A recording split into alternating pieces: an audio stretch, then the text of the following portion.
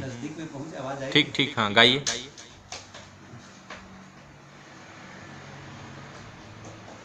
वो को कहाँ ढूंढे रे बंदे बंदे, मैं तो हूँ तेरे पास, मैं तो हूँ तेरे पास। गली गली ढूंढा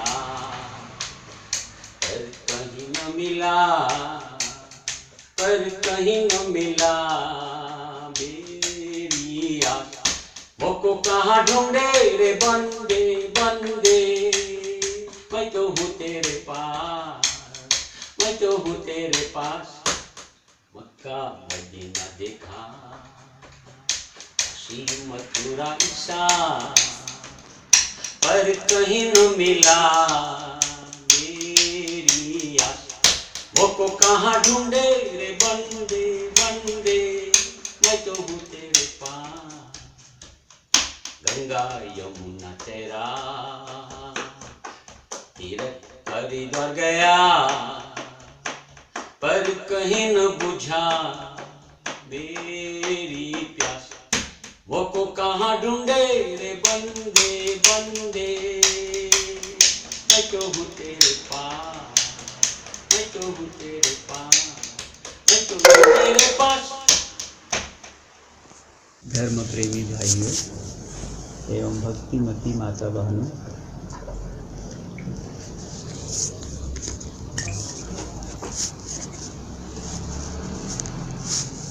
आज हम लोग भारत से आपकी इस धरती पर आए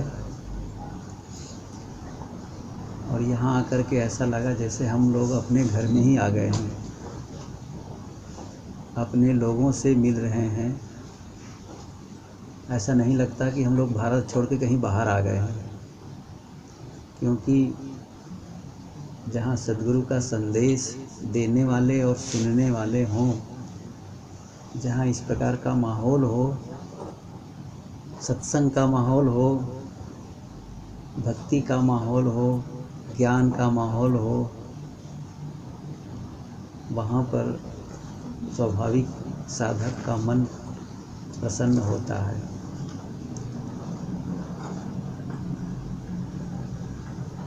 दिनेश जी से चर्चा होती थी, हमारे साथी करमचंद जी से और भी कुछ लोगों से, और आप आज बता रहे थे कि मैं हमारे आश्रम में भी इलाहाबाद गए थे। यहाँ आकर के देखा कि साहब लोगों का चित्र है, साहब लोग यहाँ आए हैं, बताते हैं खरसियाँ से, दामाखेड़ा से, अन्य स्थलों से। बहुत बढ़िया लगा, इतना अच्छा संगम, संतों का आगमन, सत्संग का माहौल और सद्गुरु के विचारों का संदेश जो लोगों को देते हैं। सद्गुरु कबीर साहब जी किसी व्यक्ति के लिए नहीं, किसी देश के लिए नहीं, किसी संप्रदाय के लिए नहीं, वो मनुष्य मात्र के लिए उपदेश देते हैं। सबके कल्याण की बात कहते हैं, हमारे जीवन की समस्याओं का समाधान करते हैं, हमारे व्यक्तिगत जीवन की समस्या का समाधान करते हैं, पारिवारिक जीवन की समस्याओं का समाधान करते हैं, सामाजिक जीवन की समस्याओं का समाधान करते हैं। हमारे जीवन के जो विभिन्न पक्ष हैं, उन सभी बातों का समाधान सद्गुरु की वाणी में है। आवश्यकता है उनकी वाणियों का पठन मनन हो और उसके अनुसार जीवन हो। ज़्यादातर समय हम लोग पाठ कर लेते हैं, कुछ पूजा कर लेते हैं, मान लेते हैं कि हमारा काम पूरा हो गया। वस्तुतः होना चाहिए जो हम संतों से सुने, गुरुजनों से सुने, सतग्रंथों में जो हम पढ़कर ज्ञान प्राप्त करें, उसका जीवन में प्रयोग करें। और जब जीवन में प्रयोग करते हैं तो हमारा जीवन सुखमय होने लगता है, हमारा जीवन शांतिमय होने लगता है। क्योंकि पूजा का फल यही है, भक्ति का फल यही है। हमारा जीवन सुखमय हो, हमारा जीवन शांतिमय हो, और जब हमारा जीवन सुखमय और शांतिमय होता है तो हमसे दूसरे लोग भी सुख महसूस करते हैं, सुकून महसूस करते हैं।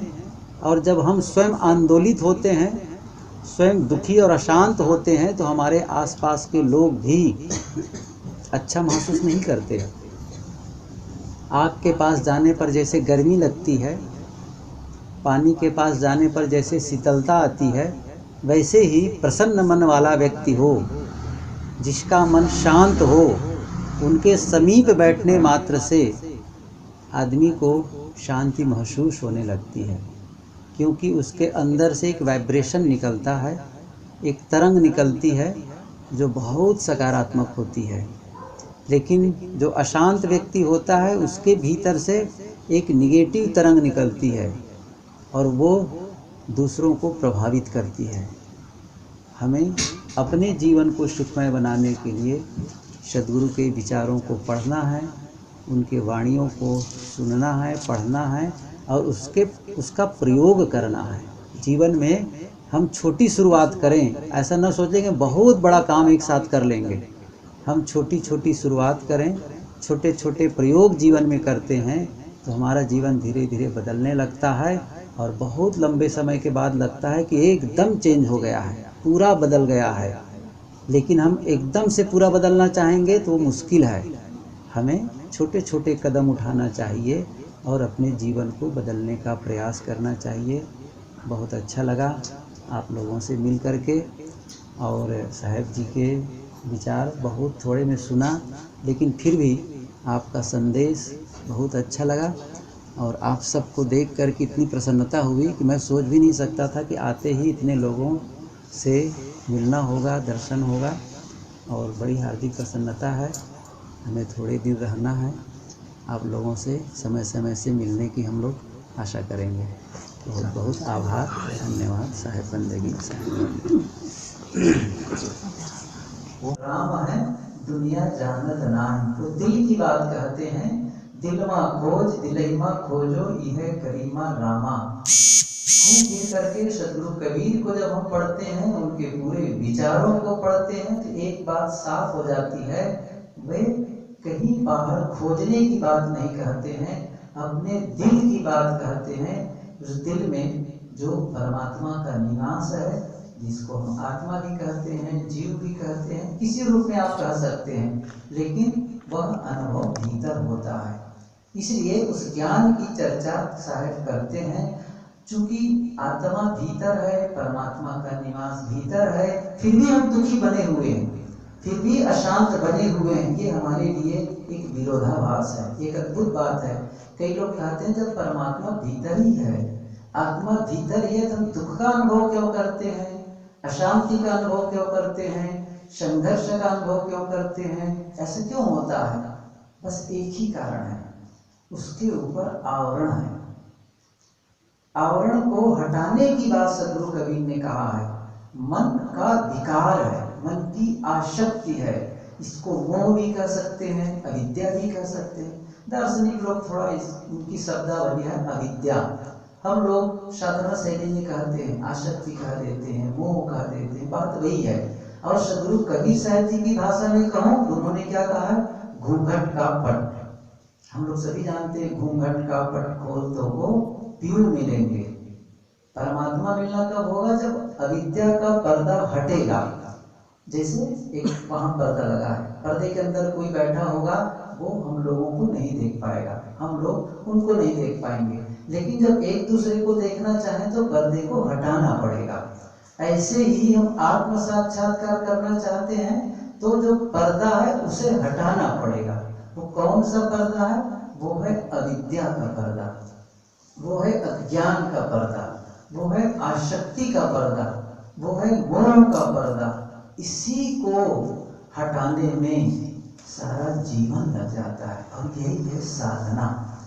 हम सबको जीवन को ऐसे बनाना चाहिए कि हमारे मन के विकार धुल जाए। धर्म का संबंध मंदिर से नहीं है। धर्म का संबंध ईश्वर और परमात्मा से नहीं है। धर्म का संबंध किसी पोथी से नहीं है। धर्म का संबंध है आंतरिक शुचिता से, आंतरिक पवित्रता से। जितना हमारा दिल पवित्र होता जाएगा, जितना हमारा अंतर शुद्ध होता जाएगा, उतने ही हम आत्मा के निकट पहुंचते जाएंगे, उतना ही हम परमात्मा के करीब पहुंचते जाएंगे। और आत्मा और परमात्मा के करीब पहुंचने का अर्थ है सुख और शांति का अनुभव होते जाना। उसके और सघन रूप में हम अनुभव करते चले जाते हैं। जितने हमारे विकार घटते जाते हैं, उतने ही हमें सुख और शांति का अनुभव होते जाता है। और यदि हमारे भीतर ज्यादा विकार हैं तो हमें दुख का अनुभव होगा, अशांति का अनुभव होगा।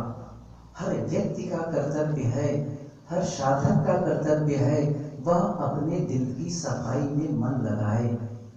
उसके लिए विधा है। जैसे अभी हम लोग ये पाठ कर रहे थे, ये पूजा कर रहे थे, इससे एक सात्विकता आती है, मन में एक सुगंधी आती है। हम कुछ कर रहे हैं, लेकिन हमारे भीतर जो मूल कारण है दुखों का, उसे भी निकालने की जिम्मेदारी हमारी है।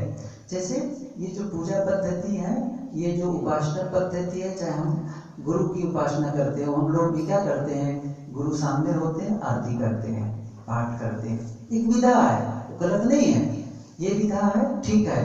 लेकिन क्या है, जैसे हम अगरबत्ती जला देते हैं, सुगंधी आने लगती है, धूप बत्ती जला देते हैं, सुगंधी आने लगती है। क्यों? सुगंधी का कारण है धूप, सुगंधी का कारण है अगरबत्ती, सेंट, ये सुगंधी का कारण है।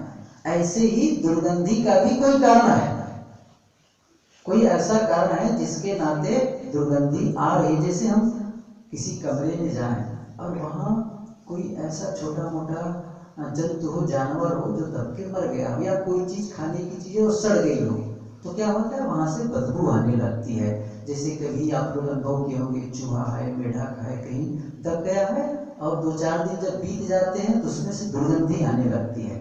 फिर हम क्या करते हैं, उसको तो ध्यान नहीं दिए कि उसको हटाएं, तो हम क्या करते हैं, अगरबत्ती जला देते हैं, सेंट छिड़क देते हैं।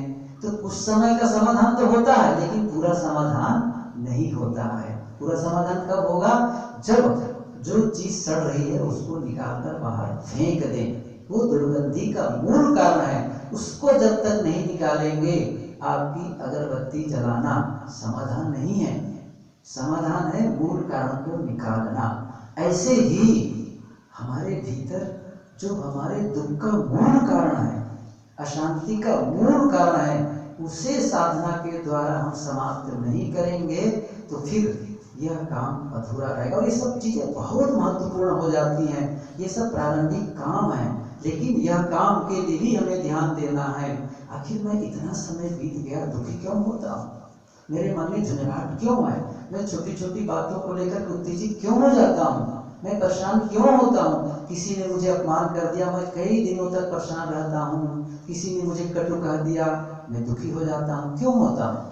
इन कारणों को भी ढूंढना है, और जो इन कारणों को खत्म करता है वह अपने जीवन को सुखमय बनाता है। सद्गुरु कबीर ने ये संदेश हम लोगों को दिया है। उनकी बहुत सी बातें बहुत सरल हैं। सकलो दुर्मति दूर करो, अच्छा जन्म बनाओ, काग कौन गति छाड़ के हंस गौन चली आओ। इसी प्रकार की ऐसी ऐसी बातें बहुत सरलता से हम समझते जाते हैं, पढ़ते जाते हैं, समझते जाते हैं। कुछ बातें गुण हैं, ये सच है, जिनको हम उलटवासियों के रूप में सुनते हैं, रूपकों के रूप में, अलंकारों के रूप में, प्रतीकों के रूप में हैं, वो सचमुच गुण हैं। लेकिन बहुत ऐसी बातें हैं जो अब काम भरे की पूरी हैं, यदि हम पढ़ें और समझते चले जाते हैं। सांच बराबर तप नहीं, झूठ बराबर पाप, जाके हृदय सांच है, ताके हृदय आप। ये बिल्कुल सरल सरल बातें हैं। ऐसी वाणी बोलिए मन का आपा खोए, औरन को शीतल करे आपो शीतल होए। मैं कह रहा था उनकी वाणियों को हम देखेंगे तो सरल बातें भी हैं, कठिन बातें भी हैं। सरल बातों को ही हम यदि अध्ययन कर लें और उसी को जीवन में आचरित कर लें तो हमारा जीवन पूरा कल्याण में हो सकता है। आवश्यकता है, चूँकि हम कबीर के अनुगामी हैं, उनके विचारों को पढ़ें, जानें। और ये बहुत अच्छा माहौल लगता है जब सभी लोग इस प्रकार इकट्ठे होते हैं, सामूहिक रूप से पूजा उपासना करते हैं, कुछ ज्ञान की चर्चा करते हैं और अंतस्कोध होने का प्रयास करते हैं। मैं आप सबके प्रति हार्दिक शुभकामना व्यक्त करता हूँ, हार्दिक आभार व्यक्त करता हूँ। इसी प्रकार आप सबका मन बना रहे, भक्ति भावना बनी रहे और अपने कल्याण मार्ग में प्रशस्त होते रहें। शत्रु कबीर साहब बहुत दूर तक अपनी बातें लोगों के बीच पहुंचाई है। आज के संत जन भी उनकी बातों को यहाँ तक पहुंचा रहे हैं, दूर दूर ले जा रहे हैं। मैं उन सभी संत गुरु के प्रति नमन करता हूँ और आप सबके प्रति आभार व्यक्त करते हुए अपनी वाणी को विराम देता हूँ। साहिब बंदगी साहिब। मेहनत है तो धन की रक्षा करने में भी मेहनत है।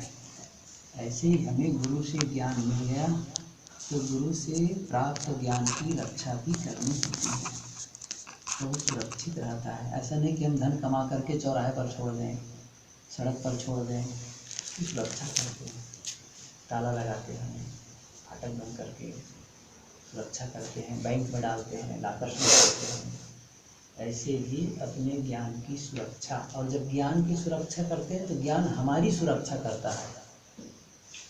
जब हम ज्ञान की सुरक्षा करते हैं तो ज्ञान हमारी सुरक्षा करता है, हमें जीवन जीने का ढंग बताता है। तो इसलिए आवश्यकता है। हाँ बताइए, मैं क्या सुनाऊंगी? पूछते थे, मैं भी पूछता हूँ। आज जो कहिए मैं सुनाने को तैयार हूँ।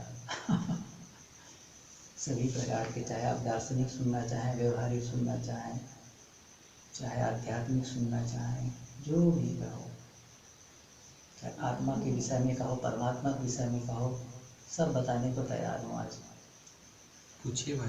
कोई चीज़ आत्मा के बारे में बताऊँ? आत्मा का मतलब होता है स्वयं।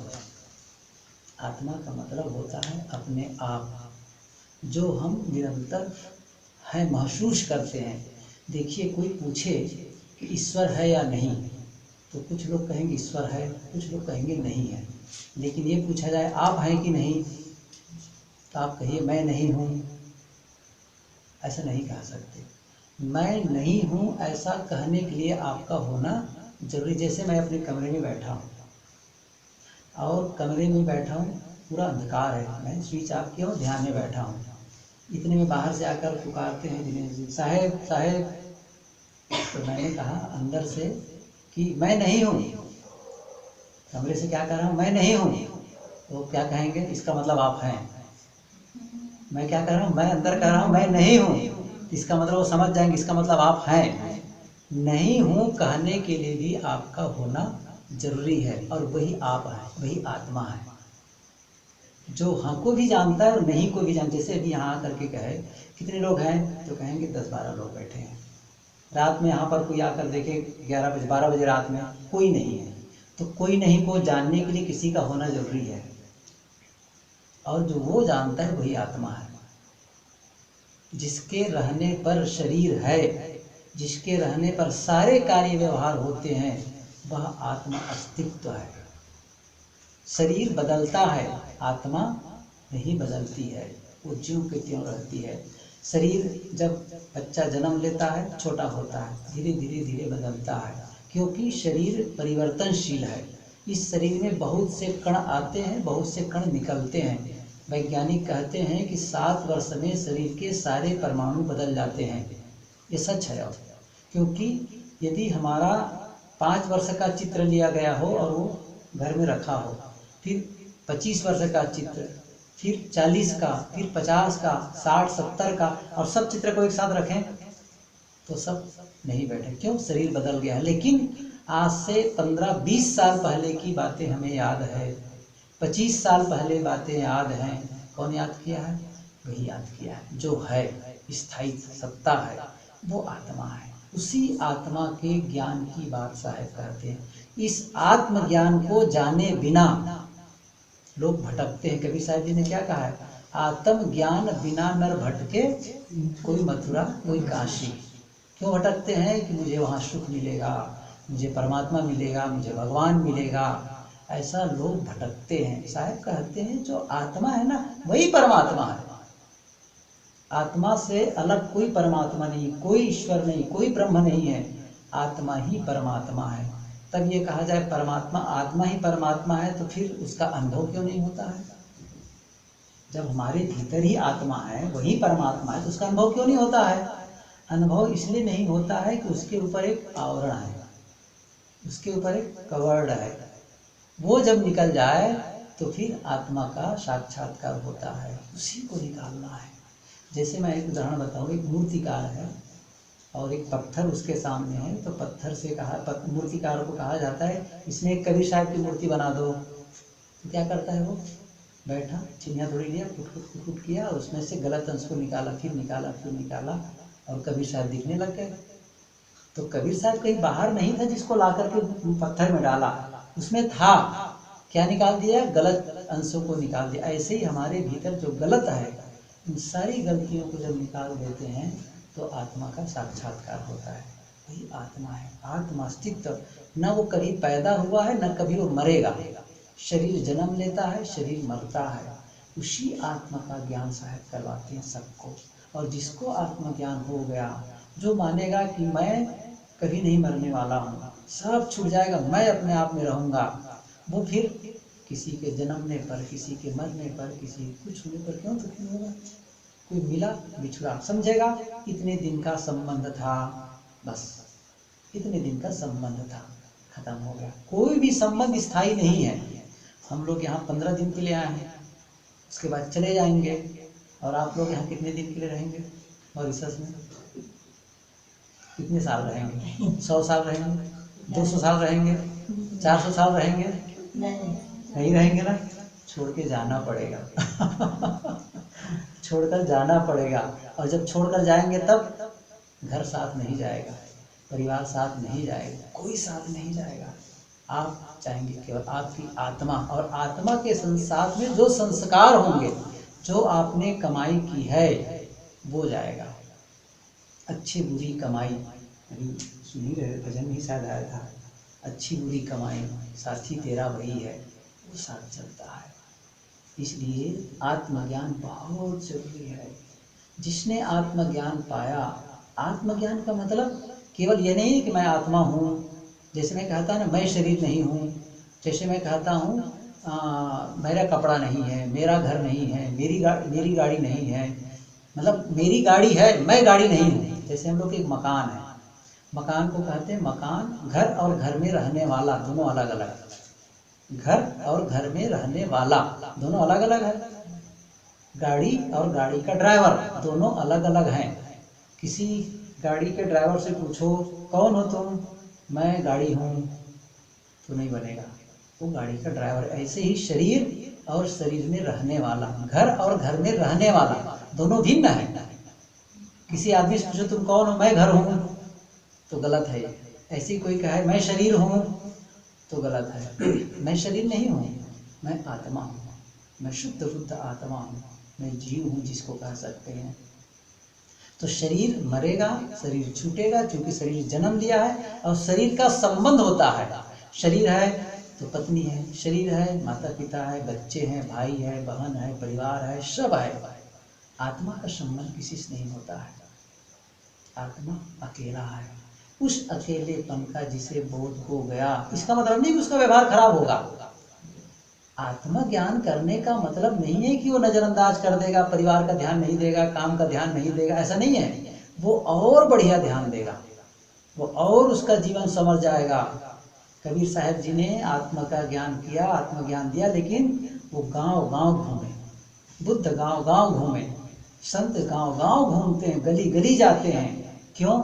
उनकी जिम्मेदारी और बढ़ जाती है। ऐसे ही जिनको आत्मा का ज्ञान हो गया तो उनके सारे काम बहुत अच्छे होने लगते हैं। क्यों? न कहीं मोह है, न कहीं बैर है। जब कहीं मोह होता है, कहीं बैर होता है, तो काम अच्छा नहीं होता है। इसीलिए साहब ने क्या कहा है, ना काहू से दोस्ती, ना काहू से बैर, सबसे भिन्न होना। ये आत्मज्ञान का फल है। आत्मज्ञान का मतलब हमारा उठना बैठना, चलना फिरना, खाना पीना सब सिस्टम से होगा। हम गलत नहीं करेंगे, हमारे जीवन से गलतियां नहीं होंगी। ये आत्मज्ञान का फल है। मतलब हमसे कटु नहीं निकलेगा, गलत शब्द नहीं निकलेगा, झूठ नहीं निकलेगा, दूसरे का अहित नहीं होगा इस शरीर से, दूसरे को कष्ट नहीं होना चाहिए, इसका पूरा ध्यान रखा जाएगा।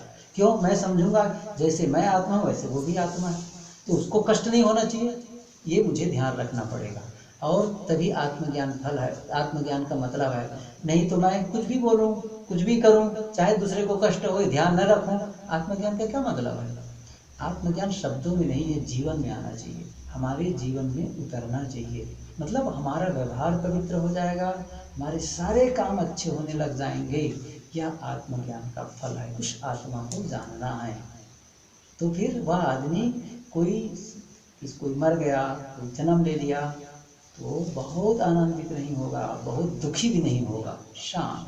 तो समझता है वो आत्मज्ञान का फल यह है, उसके जीवन का दुख खत्म हो जाएगा। मतलब जीवन में दोष न रह जाए, तब समझो आत्मज्ञान है। जीवन में दोष है तो आत्मज्ञान पूरा नहीं हुआ है। निर्दोष जीवन जीने की आवश्यकता है। और ये भजन है, मन की तरंग मार लो बस हो गया भजन, आदत बुरी सुधार लो बस हो गया भजन। बुरी आदतों को सुधारना भजन है। ये भजन गाना है। दिनेश जी, जो भजन गाना और भजन करना दोनों अंतर है। भजन गाना नहीं जानता है वह भी भजन कर सकता है। भजन गाना और भजन करने में अंतर है, दोनों को समझना है। भजन गाना अच्छा है, लेकिन बहुत अच्छा है भजन करना। उसके लिए बाजा बजाने की जरूरत नहीं है, बोलने की जरूरत नहीं है, भजन भीतर में करना होता है। वो है मन की तरंगों को मारना। जिस समय आपका मन शांत, अकेले में बैठे शांत एकदम, आपके मन में कोई द्वेष नहीं, बदले का कोई भाव नहीं, किसी से मिलने की कोई इच्छा नहीं है, एकदम शांत, कोई द्वंद्व नहीं। जिसके मन में द्वंद्व नहीं है, जिसके मन में पीड़ा नहीं है, वह आदमी बहुत सुखी इंसान है। हमें ऐसा मन वाला होना चाहिए। मन में क्लेश ना हो, मन में पीड़ा ना हो, मन में किसी प्रकार कोई तनाव ना हो, गांठे ना हो, कॉम्प्लेक्स फ्री पर्सनालिटी। पुस्तक ही आई है, वहाँ लिखे मनोविज्ञान के लेखक IP Sachdeva, complex free personality. हमारी पर्सनालिटी कैसे हो? कॉम्प्लेक्स फ्री हो, मतलब कोई ग्रंथि ना हो, कोई पीड़ा ना हो, बहुत बढ़िया जीवन हो। ये कबीर साहब यही संदेश दिए हम लोगों को। कबीर साहब जी ने आत्मज्ञान का बारे में बताया है, कर्मों के सिद्धांत के बारे में बताया है कि जो आप करेंगे वो फल मिलेगा, जो कर्म करेंगे वो फल आपको भोगना पड़ेगा। इसलिए कर्मों को सुधारो, कर्मों को सही करो। मतलब अपनी वाणी को संभालो, अपने मन को संभालो, अपने पूरे जीवन को संभालो, तो ही जीवन में सुख और शांति। सुख और शांति कहीं ऐसी चीज़ नहीं जो बाहर से आ जाए हमारे जीवन में। सुख और शांति प्रकट होते हैं। कैसे प्रकट होते हैं? जैसे हम जीवन को जब संवारते हैं तो अपने आप सुख और शांति। जैसे मैं, ये गुलाब के फूल है और मैं चाहता हूँ मुझे गुलाब का फूल चाहिए, तो मैं क्या करूँगा? एक गुलाब की टहनी लाऊंगा, डंठल, और उसको रोप दूंगा। फिर क्या करूँगा? उसको, उसकी सुरक्षा बाड़ लगाऊँ ताकि वो कोई पशु उसको खराब ना करे। पानी से सींचूंगा, खाद डालूंगा, सूर्य की रोशनी, पूरा प्रयास करूँगा, और धीरे धीरे वो बड़ा होता जाएगा, बड़ा होता जाएगा, बड़ा हुआ। फिर और बड़ा जब हो जाएगा तब मुझे जबरदस्ती तुम फूल निकलो, जिद करने की जरूरत नहीं है। हमने क्या किया? एक व्यवस्था दी। किसके लिए? गुलाब के फूल के लिए। फिर क्या होगा? धीरे से अपने आप फूल उसमें निकल आएगा। हमें क्या करना है? गुलाब का फूल चाहिए तो मुझे गुलाब के पौधे को रोपकर उसकी सुरक्षा करनी है, उसकी सेवा करनी है, तो गुलाब का फूल अपने आप आएगा। गुलाब के फूल के लिए मैं लड़ाई करूं, मैं उसको डंडे लाठी से पीटूं, तो गुलाब का फूल नहीं आने वाला है। गुलाब का फूल अपने आप आएगा, बल्कि हमको गुलाब के फूल के पहले वाली व्यवस्था करनी है, पहले उसकी भूमिका बनानी।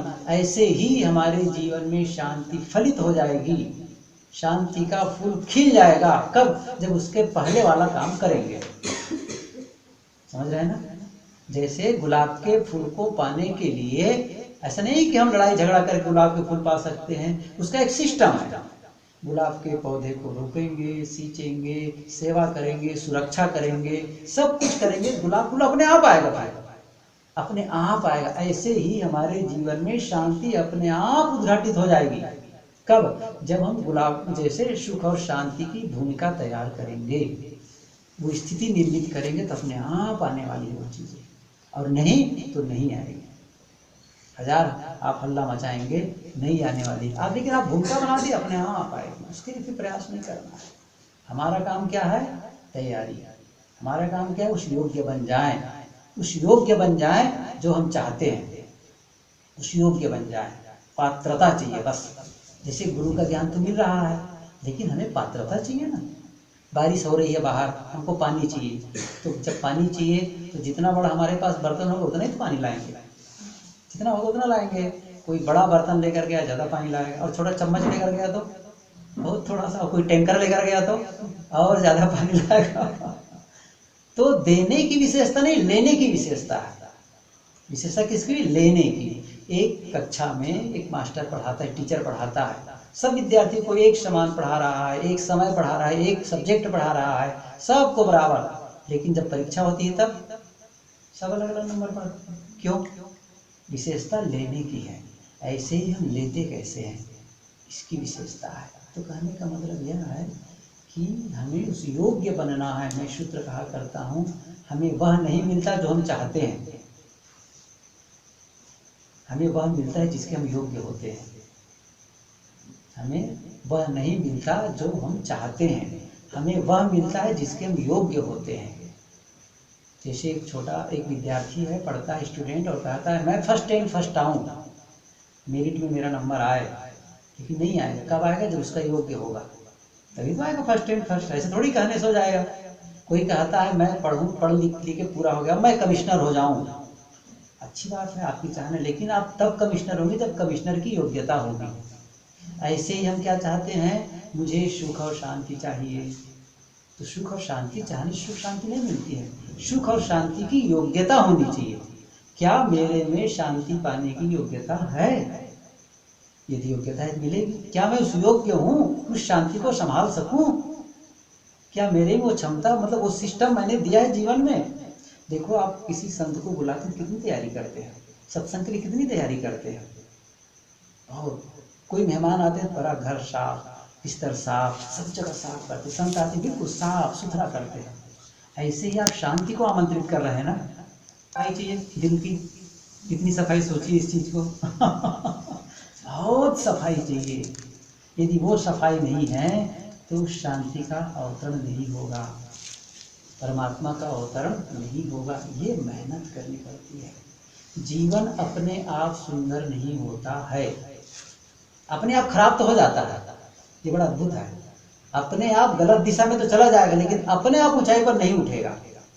पानी को हमें टंकी में ले जाने के लिए मोटर लगाते हैं, हम मोटर लगाते हैं, मोटर लगानी पड़ती है, लेकिन पानी को नीचे गिराने के लिए वो अपने आप आना है उसको। पतन के लिए मेहनत नहीं करनी है, उत्थान के लिए मेहनत करनी, कल्याण के लिए मेहनत करनी है।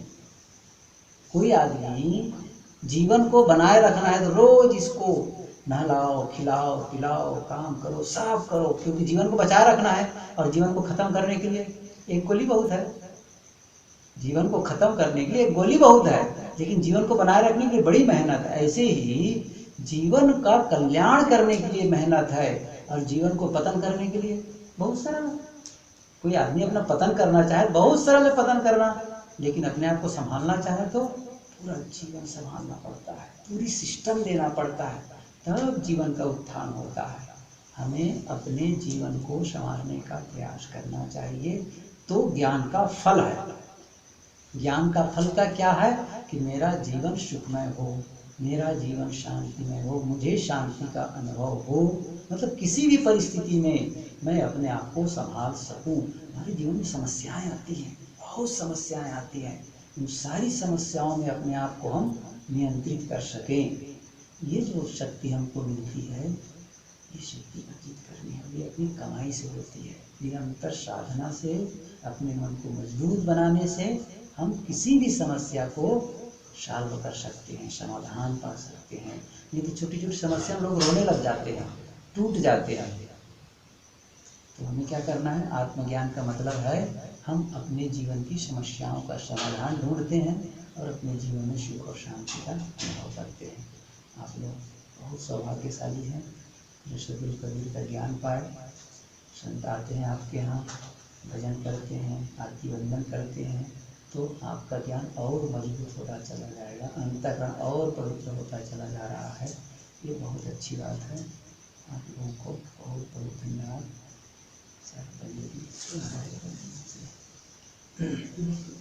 हाँ।